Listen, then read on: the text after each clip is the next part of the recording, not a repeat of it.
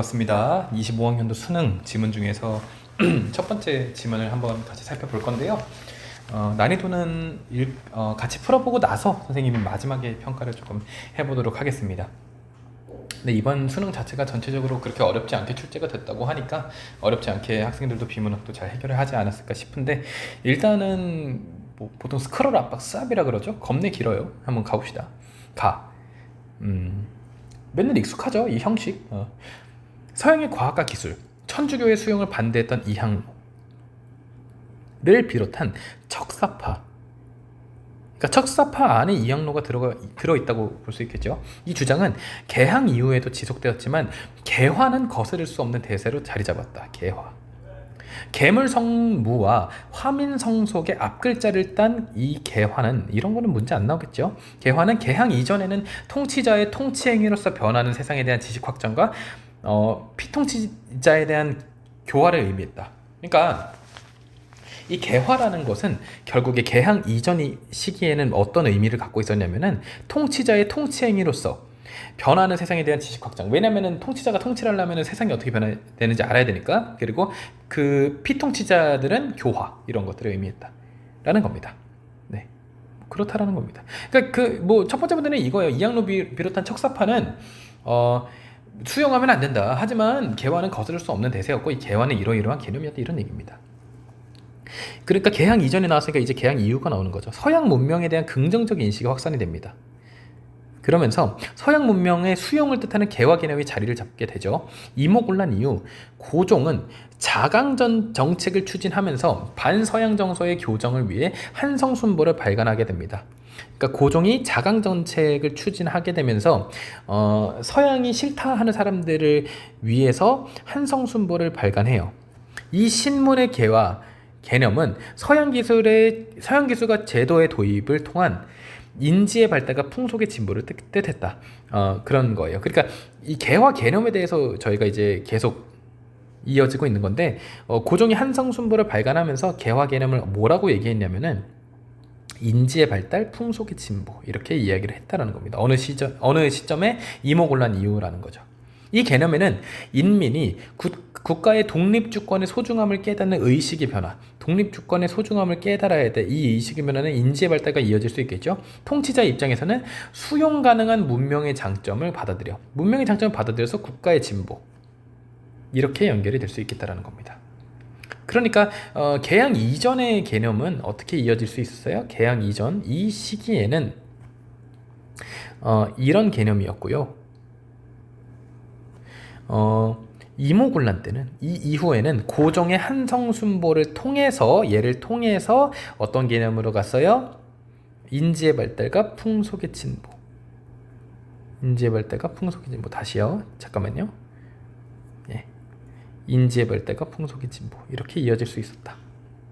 됐죠? 그 다음에 개화당의 한 인사가 제시한 개화 개념은 또 새로운 거죠. 개화당의 한 인사가 제시한 개화 개념은 성문화된, 써있는 그 규정에 따른 대민 정치에서의 법적 처리 절차 실현 등 근대 국가의 통치 방식으로의 변화였대요. 그럼 여기서 나온 이 개화 개념은 어떻게 됐대요? 근대 국가의 통치 방식으로의 변화. 그는, 이 한 인사겠죠? 개화 실행 주체를 여전히 왕으로 생각했대요. 왕이 주체고, 왕의 역할이 이 개화 실행 주체로서 왕의 역할이 사라진 거는 갑신정변 때 사라졌다라는 거죠. 됐어요? 그래서 풍속의 진보와 통치 방식 변화라는 의미를 갖고 있었던 갑신정변의 개화 개념은 통치권에 대한 도전으로 뿐만 아니라, 그러니까 봐요. 여기서 말하는 풍속의 진보와 통치 방식 변화, 이 풍속의 진보와 통치 방식 변화를 누가 얘기한 거냐면은 갑신정변 때 얘기를 했던 거죠. 그래서 이건 어떻게 보면은 통치권에 대한 도전으로도 보였다라는 거예요. 왜냐면은 위에서 봤다시피 개화당의 인사가 얘기한 그 개화 개념은 통치 방식 변화지, 그런 통치권 자체에 대한 변화, 통치 방식에 대한 변화에 대한 얘기는 없었다라는 거예요. 이해 갔나요? 이후 개화 개념은요, 국가 구성원을 조직하고 동원하기 위해 부정적 이미지에서 벗어나야 했고, 6.1조는 서유견문을 저술하며 개화 개념에 더 씌워진 부정적 이미지를 떼어내고자 했습니다. 됐나요? 그러면서 이후 간행된 대한매일신보 등의 개화 개념은요, 국가구성원 전체를 실행주체로 하여 근대 국가 주권을 향해 그들을 조직하고 동원하는 것을 의미했다. 지금 이 개화라는 개념에 대해서 계속 쭉 전개를 하고 있는데, 얘는 잘 짚고 넘어가줘야 될 것 같아요. 개항 이전의 어떤 개화 개념에서는 지식 확장이라든가, 그러니까 변화하는 세상에 대한 통치자의 지식 확장이나 피통치자에 대한 교화였죠. 기억나고 있죠. 근데 개항 이후에 고종을 통해서 어떤 이미지가 그려졌냐면은 인지를 발달해야 되고 풍속을 진보해야 돼라고 이제 갔다라는 거예요. 그리고 개화당의 한 인사의 입장에서는 이 개화가 어떤 개념이었어요? 통치 방식, 근대 국가의 통치 방식 변화였구나라고 이제 이해가 됐는데, 그 다음에 갑신정변에서는 어떤 이미지였어요? 풍속의 진보와 통치 방식 변화인데, 얘네의 차이점은 어떤 차이점이 있었냐? 얘네의 차이점을 끌고 와 본다면은 왕이 주체인가 아닌가? 그래서 왕이 주체가 아니게 되면서부터 뭐가 문제였다? 개인의 사욕에 대한 얘기도 나올 수 있었다. 됐나요? 그래서 이러한 개인의 사욕에 대한 어떤 그런 개념에서 벗어나야 되잖아요. 그래서 육일준이 서유견문을 쓰면서 개화 개념에 덧씌워진 그 이미지를 떼어내려고 했고요. 대한매일신보 등의 개화 개념은 국가 구성원 전체를 주체로 해가지고 조직하고 동원하는 것을 의미했다라는 겁니다. 그래서 뭐 육일준이라든가 대한매일신보 이 친구들을 통해서 어떻게 됐다?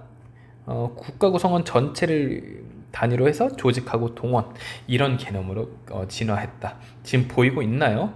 그래서 지금 여기가 1번, 여기가 2번, 그리고 이게 3번, 4번, 그리고 5번의 개화 개념까지 저희가 전개를 했다라고 볼 수 있겠습니다. 됐나요? 빨간색을 좀 많이 봐주세요. 이 개념 정리하는 게 굉장히 중요합니다. 네, 그리고 을사늑약 이후 개화 논의는 문명에 대한 본격적인 논의로 이어졌다고 합니다. 그러니까 이 개화가 문명으로 이제 확장이 되는 거죠. 언제부터? 을사늑약 이후부터. 대한제강의 주요 인사들은 서양 근대 문명을 수용해서 근대 국가를 건설하고자 앞서 문명화를 이룬 일본의 지도를 받아야 한다고 보았어요. 그러니까 대한제강에서는 일본의 지도를 받아야 된다고 보았고, 그래서 이들은 서양 근대 문명의 주체를 주체 인식의 준거로 삼았기 때문에 민족 주체성을 간과했어요. 이렇게 이어질 수 있겠죠. 이러한 상황에서 박은식은요, 근대 국가의 건설과 새로운 주체의 형성에 주목해서 문명에 대한 견해를 제시합니다. 그러니까 여기서 이제 개화가 문명으로 넘어가는 거예요. 개화가 문명으로 넘어가게 됩니다. 그래서 이 대한자강의 문제는 뭐였다? 민족 주체성을 간과했다. 서양 근대 문명을 너무 이제 추종하다 보니까, 이때 박은식은 근대 국가 건설과 새로운 주체의 형성에 주목해서 새로운 견해를 제시하는데, 그의 기본 전략은요, 문명의 물질적 측면인 과학은 서양, 정신적 측면인 철학은 유학의 혁신, 이런 식으로 했다라는 겁니다. 그는 생존과 편리 증진을 위해 과학 연구가 시급하긴 한데 철학 또한 필수적이다. 그래서 자국 철학 전통의 정립이라는 당시 동아시아의 흐름 속에서 이런 식으로 실천적인 했다, 그런 겁니다. 그래서 정리하자면은 이 박은식이라는 사람은 과학은 서양, 철학은 유학, 이런 식으로 이제 전개를 했다. 그래서 6번 개화가 이제 문명으로 넘어오면서 대한자강의 민족 주체성 간과가 있었고요. 7번 박은식의 아이디어가 있었다 라는 겁니다. 됐나요? 지금 정리가 됐나요? 머릿속에? 좋아요. 나까지 이어서 가보겠습니다. 자, 중국이 서양의 과학과 기술에 전면적인 관심을 기울일 때는 아편전쟁. 이 중국, 그러니까 이 양식이 계속 비슷합니다. 지금 예전에도 이런 양식이 계속 나왔었는데, 한국과 서양, 그러니까 서양 거를 받아들이는 방식에 대해서 이렇게 중국과 비교하면서 드러내는 게 굉장히 많죠. 중국이 서양의 과학과 기술에 전면적인 관심을 기울일 때는 아편전쟁 이후였다. 전쟁 패배에 따른 위기감은 반세기에 걸쳐 근대화의 추진과 함께 의욕적인 기술 수용으로 이어졌지만, 그러니까 패배할 것 같아서 의욕적인 기술 수용을 했지만, 청일전쟁의 패배는 기술 수용만으로 부족하다. 청일전쟁 패배하면서 이게 이런 아이디어로 이어진 거죠. 이에 따라서 20세기 초반 진정한 근대를 이루기 위해서 기술 배후에서 작용하는 과학 정신을 이식하려고 한 거죠. 그래서 옌푸라는 사람은 국가 간에 벌어지는 약육강식의 경쟁을 부각하고, 경쟁에서 승리하려면 뭐가 있어야 돼? 정신적인 게 중요하다. 근데 기술뿐 아니라니까 기술이 없어도 된다는 아니에요. 정신적 자질 중 과학적 사유 능력, 이 중에서도 과학적 사유 능력이 중요하다. 그에게 과학적 정신이 전제되지 않은 정치적 변혁은, 그러니까 과학적 사유는 정치에도 이제 연결이 될 수 있다라고 보는 거죠. 그래서 인과 실증의 방법에 근거한 근대 학문 전체인데 어떤 거 인과 실증의 이 모든 것이 과학이다. 그래서 이거를 해서 전통 학문의 폐단에서 벗어나야 한다라고 한 거죠. 이게 천두슈라는 사람에게 이어지는 겁니다. 정리하자면은 지금 결국에는 중국에서도 본격적으로 그 과학적 정신을 받아들여야 된다라고 얘기를 한 건데, 옌프는 기술뿐 아니라 국민의 정신적 자질이 중요한데, 그래서 이거 중에서도 과학적 사유가 중요했다. 그리고 근대 학문 전체, 인과 실증 방법에 근거한 모든 게 근대 학문 전체다, 이런 얘기를 했다라고 하는 때문에 이게 옌프의 주장이었고요. 천두슈라는 사람도 같이 나오게 되는 겁니다. 이어서 나오게 되는 건데요. 천두슈는요, 신문화 운동을 했고요. 이 지식인들은 과학의 근거 위에서만 민주 정치가 가능하다. 그래서 중국이 달성해야 되는 이 신문화는 뭐냐면요, 과학 및 과학의 방법에 근거한 문화라고 한 거죠. 그러니까 결국에는 위에서 얘기했던 옌프랑 크게 다르지 않은 거죠. 이걸 이루기 위해서 전통 문화 전반에 대해서 갈아엎어야 된다, 이런 얘기를 한 거죠. 이해 갔나요? 그래서 과학의 방법을 이용하지 않으면 공상이다. 과학이 없으면 공상으로 이어진다는 거예요. 천두슈는 사회와 인간의 삶에 대한 연구도 과학의 연구 방법을 해야 된다. 자, 1차 세계대전의 비극은 과학을 이용해 저지른 죄악의 결과였군, 과학 자체의 죄악이 아니다, 이 주장을 했다라는 겁니다. 정리해보면 천두슈라는 사람은 과학의 근거 위에서만 민주정치가 가능하며, 그러면서 1차 세계대전도 과학 자체의 죄가 아니다, 이런 얘기로 또 연결이 될 수 있다는 거예요. 그래서 이 사람은 부정과 비판을 적절히 사용한 사람이라고 볼 수 있겠습니다. 그래서 중국에서 받아들일 때 과학을 어떻게 보면 정치적 개념과 연결한 1번, 2번 케이스라고 볼 수 있겠습니다. 그 다음에 이제 누가 나오냐면 1차 세계대전 이후에 유럽을 시찰했던 장진마이가 나옵니다. 이 사람은 오히려 역작용을 목도해요. 통제되지 않은 과학이 가져온. 그래서 인생관의 문제를 해결할 수는 없어. 이게 과학이 이걸 해결할 수 없어 라는 얘기를 하면서 근대 문명을 비판합니다. 됐죠? 그래가지고 책임부재에서 이런 문제들이 생겼다. 됐죠? 그래서 결론이 뭐예요? 인생관의 문제에는 과학적 방법이 적용될 수 없다, 이렇게 얘기를 한 거예요. 이거는 과학과 별개고 과학 만능주의는 문제가 있다. 그래서 중국 전통 가치관이 더 중요하다. 그러니까 정리해보자면 이 사람은 인생관의 문제는 과학적 방법 안 되고요, 중국 전통 가치관 수호해야 돼. 이게 3번이라고 볼 수 있겠습니다. 이거 제가 체크한 이제 숫자만 잘 따라가면은 크게 문제 없이 다른 모든 문제를 다 해결할 수 있을 것 같아요. 가볼까요? 4번입니다. 윗글에 대한 이해로 적절하지 않은 것을 찾는 건데, 가에서는 서양과학과 기술의 국내 유입을 반대하는 주장이 개항 이후에도 이어졌습니다. 자, 개항 이후라고 한다면은 여기서부터죠. 잠깐만요. 여기서부터죠. 자, 문제가 정확히 말하면은 그런 주장이 있었냐라는 건데, 주장이 이어졌냐라는 건데, 꾸준히 반서양 정서가 있었기 때문에 고종이 자강 정책을 하고 한성 손부를 발간했죠. 그러니까 크게 틀린 말이 아니죠. 그리고 2번이에요. 유학을 혁신해서 철학으로 재구성하는 것이 필요하다라는 그 견해는 누구의 견해였죠? 바로 박은식의 견해였으니까 을사늑약 이후.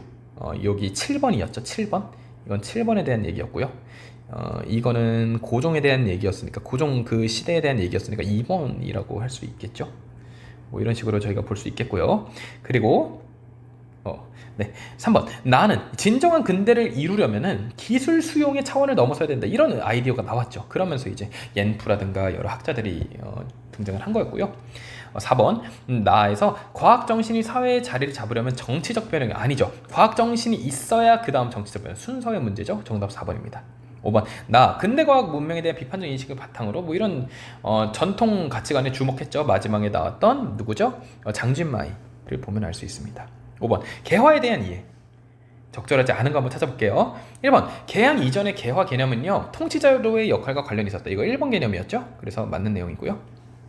2번. 한성순보의 개화 개념은요, 서양 기술과 제도의 선별적 수용을 통한 국가 진보의 의미. 한번 볼까요?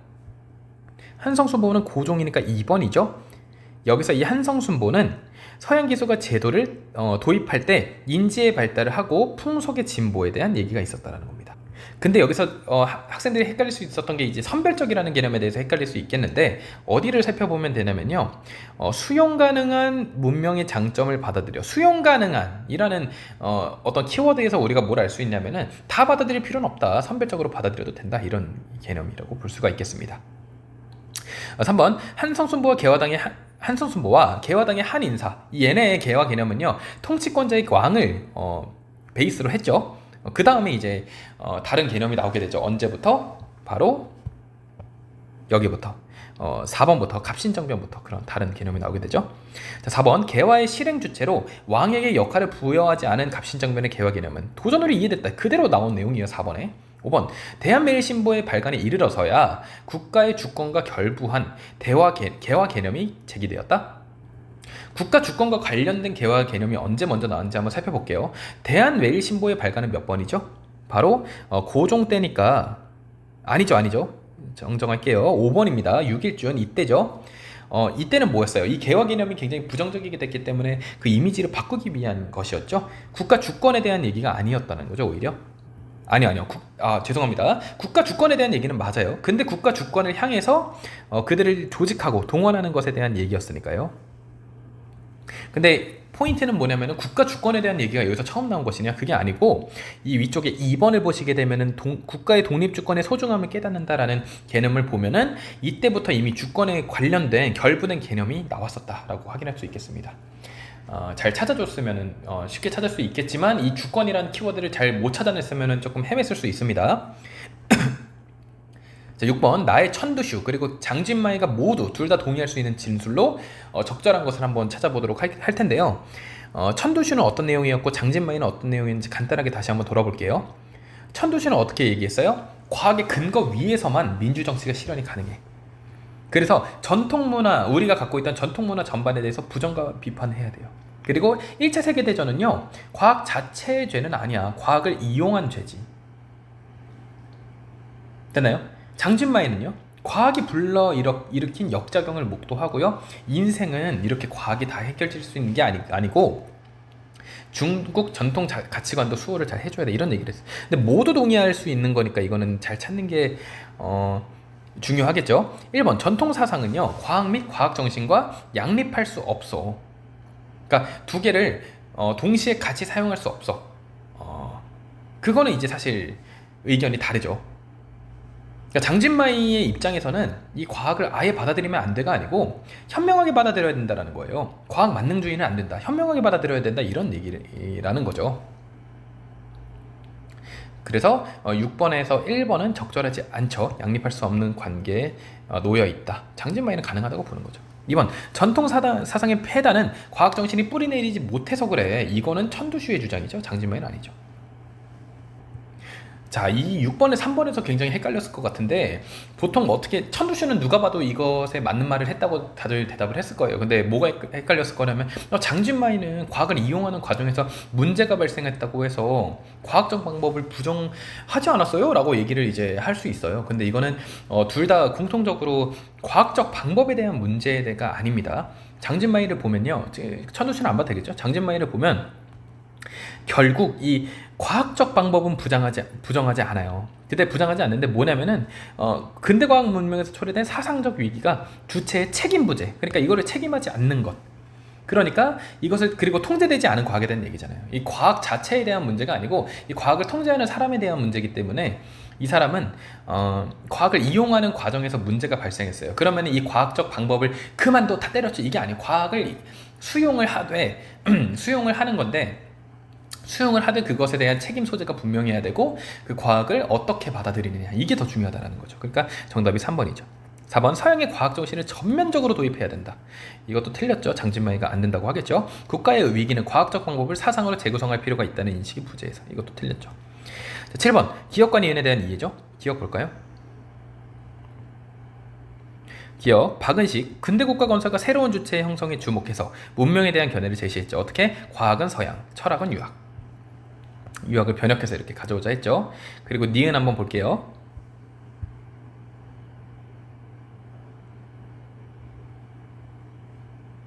니은이 어딨죠? 잠시만요. 여기 있네요.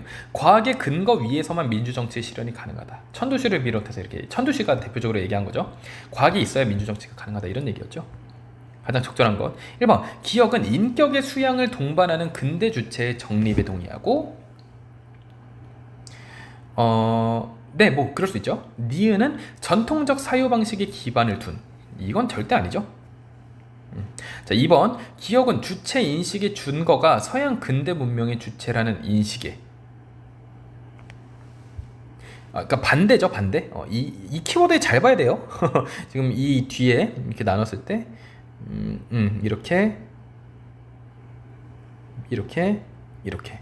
자, 기억은 주체 인식의 준거가 서양 근대 문명의 주체라는 인식에 반대했죠. 맞는 말이고요. 니은은 철학이 과학의 방법에 근거할 수 없다라는 생각에 반대했고요. 네, 무조건 과학이어야 된다, 이런 식으로 얘기를 했죠. 3번, 기억은요, 생존과 편리 증진을 위한 과학 연구의 시급성을 부인했어요. 생존과 편리 증진을 위한 과학 연구의 시급성을 부인했다. 그러니까 이 사람은 문명의 물질적 측면에서는 이 편리 증진을 위해서 이게 시급하다고 얘기한 사람이에요. 됐죠? 그러니까 애초에 글러먹었죠. 자, 4번 볼게요. 기억은 앞서 근대 문명을 이룬 국가를 추종하는 태도를 비판했다. 앞서 근대 문명을 이룬 국가를 막 함부로 추종하면 안 된다. 네, 그런 내용이 직접적으로 드러나 있지는 않아요. 그리고 니은은 전쟁의 폐해가 과학을 오용한 잘못한 사람들 탓이야. 그런 식으로 이제 얘기를 하고 있진 않습니다. 자, 5번, 기억은 과학과 철학이 문명의 두 축을 이루는 학문이라는 견해에는 뭐 크게 문제는 없을 거예요. 니은은 철학보다 과학이 우위임을 인정할 수 없어. 이거에 동의해요? 어림도 없죠. 정답은 2번입니다. 자, 가랑 나를 이해한 학생이 보기에 대해서 보인 반응입니다. 자, A 마을은 가난했지만, 적절하지 않은 거 골라볼게요. A 마을은 가난했지만 전통 문화와 공동체적 삶을 중시하며 조화롭게 살았어요. 그러니까 이 두 개가 그 약간 전통이죠. 그랬을 때 오래전 정부는 마을의 경제 발전을 목표로 서양의 생산 기술을 도입했어요. 마을 사람들은 정책의 필요성에 공감하면서도 이뤄낼 수 있다는 확신이 부족했죠. 이에 정부는 마을 사람들을 독려하기 위해서 미래상을 지속해서 홍보합니다. 자, 풍요를 누리게 되었어요. 하지만 이웃 마을들과 경쟁하며 갈등해요. 이거랑 달라졌죠. 이러한 격화된 경쟁에서 A 마을은 새로운 기술의 수용만을 우선시했고, 과거에 중시되었던 이런 것들을 무시했다. 그러니까 과학을 우선시했고, 그러니까 신문화죠. 그런 거를 우선시했고, 그리고 낡은 관념으로 과거의 것들을 이제 했다, 인식했다, 이렇게 얘기할 수 있겠습니다. 가에서 한성순보를 간행한 취지는요, 서양에 대한 반감을 줄이는 데 있었죠. 그거는 보기에서 정부가 서양의 생산기술 도입으로 변화하게 될 마을을 홍보한 취지와 부합하겠군. 이게 맞아요? 이거는 틀리죠. 자, 왜냐면요, 이 고종이 이러한 한성순보를 왜 발간했는지를 봐줘야 돼요. 왜냐면은 그 한성순보를 발간해서 개화 개념을 이 고종이 했던 이유는요, 서양 기술과 제도의 도입을 통한 인지의 발달, 풍속의 진보도 있었는데, 여기서 가장 중요한 거는 독립주권, 우리 거에 대한 소중함을 깨닫는 거고, 받아들이는 것도 무작정 발전 이런 개념보다도 수용 가능한 것만 받아들여서 우리나라 조금 더 잘 살아보자, 이 정도에 국한되는 거예요. 경제적인 어떤 급진 정책과는 완전히 개념이 다르다라고 볼 수 있기 때문에 1번이 정답이 될 수 있겠습니다. 자, 2번, 가에서 개화당의 한 인사. 몇 번이죠? 개화당의 한 인사는 어떤 얘기를 했는지 한번 볼까요? 개화당의 한 인사는 어떤 얘기를 했었냐면 3번 개념이었죠. 근대 국가의 통치 방식으로 변하죠. 그래서 주체는 여전히 왕이었고요. 그 지향점은 통치 방식의 변화와 관련이 있었죠. 그래서 정부가 생산 기술을 도입하며 내세운 목표랑은 다르죠. 여기서 위에서 말했던 이 목표는요, 이 생산 기술을 도입해가지고 잘 살아보세요, 이거잖아요. 자, 가에서 박은식은 뭐였죠? 기억나고 있죠? 철학과 과학을 이제 구분을 해서 하는 거였는데 과학과 구별되는 철학의 중요성을 강조했죠. 보기에서 젊은이들이 자문화에 대한 인식 변화는 철학이 부재했기 때문이라고도 볼 수 있겠죠. 왜냐하면 다 과학으로 빠져버렸잖아요. 나에서 옌프는 경쟁에 승리하기 위한 조건으로 기술과 정신적 자질을 강조했죠. 보기에서 마을이 기술의 수용만을 중시하면 마을과 경쟁에서 승리할 수 없다고 봤겠죠. 왜냐하면 정신적인 것도 필요하기 때문에. 됐나요? 자, 5번. 나에서 장준마이는 과학적 방법의 한계를 지적했기 때문에 보기에서 마을이 과거에 중시했던 인생관이 더 이상 유효하지 않게 된 문제는 과학적 방법으로 해결할 수 없다고 보겠군. 다시 읽어볼게요. 나에서요. 장준마이라는 인물 기억나고 계시죠? 장준마이는 어떤 내용이었어요? 기억 안 날까봐 한 번 더 짚어볼게요. 장준마이는 뭐였어요? 과학의 역작용 보고 중국 전통 가치관도 수호해줘야 된다. 아예 그 과학 수용을 반대한 건 아니고요. 과학적 방법에 한계 있어요, 당연히. 그래서 보기에서 마을이 과거에 중시했던 인생관이 유효하지 않게 됐죠. 그러니까 이런 거는 다시 부활시켜야죠. 과학적 방법은 해결 안 돼요. 그러니까 이렇게 읽을 수 있겠습니다. 문맥상 의미에 대한 문제는 알아서 풀도록 하겠습니다. 그래서 첫 번째 질문 굉장히 길고 어떻게 보면은 학생들이 제일 어려워했을 만한 그런 그 지문이라고 생각합니다. 되게 난해하고요. 그리고 한 개념에 대해서 약간 비슷한 키워드들끼리 자꾸 섞이고 얽히고 하는 내용인데 잘 꼼꼼히 읽어서 문제 다 잘 해결했길 바라고 해서 첫 번째 지문을 여기서 마무리하도록 하겠습니다. 고생했습니다. 원진구 최고의 국어학원 성공적인 입시를 위한 성공소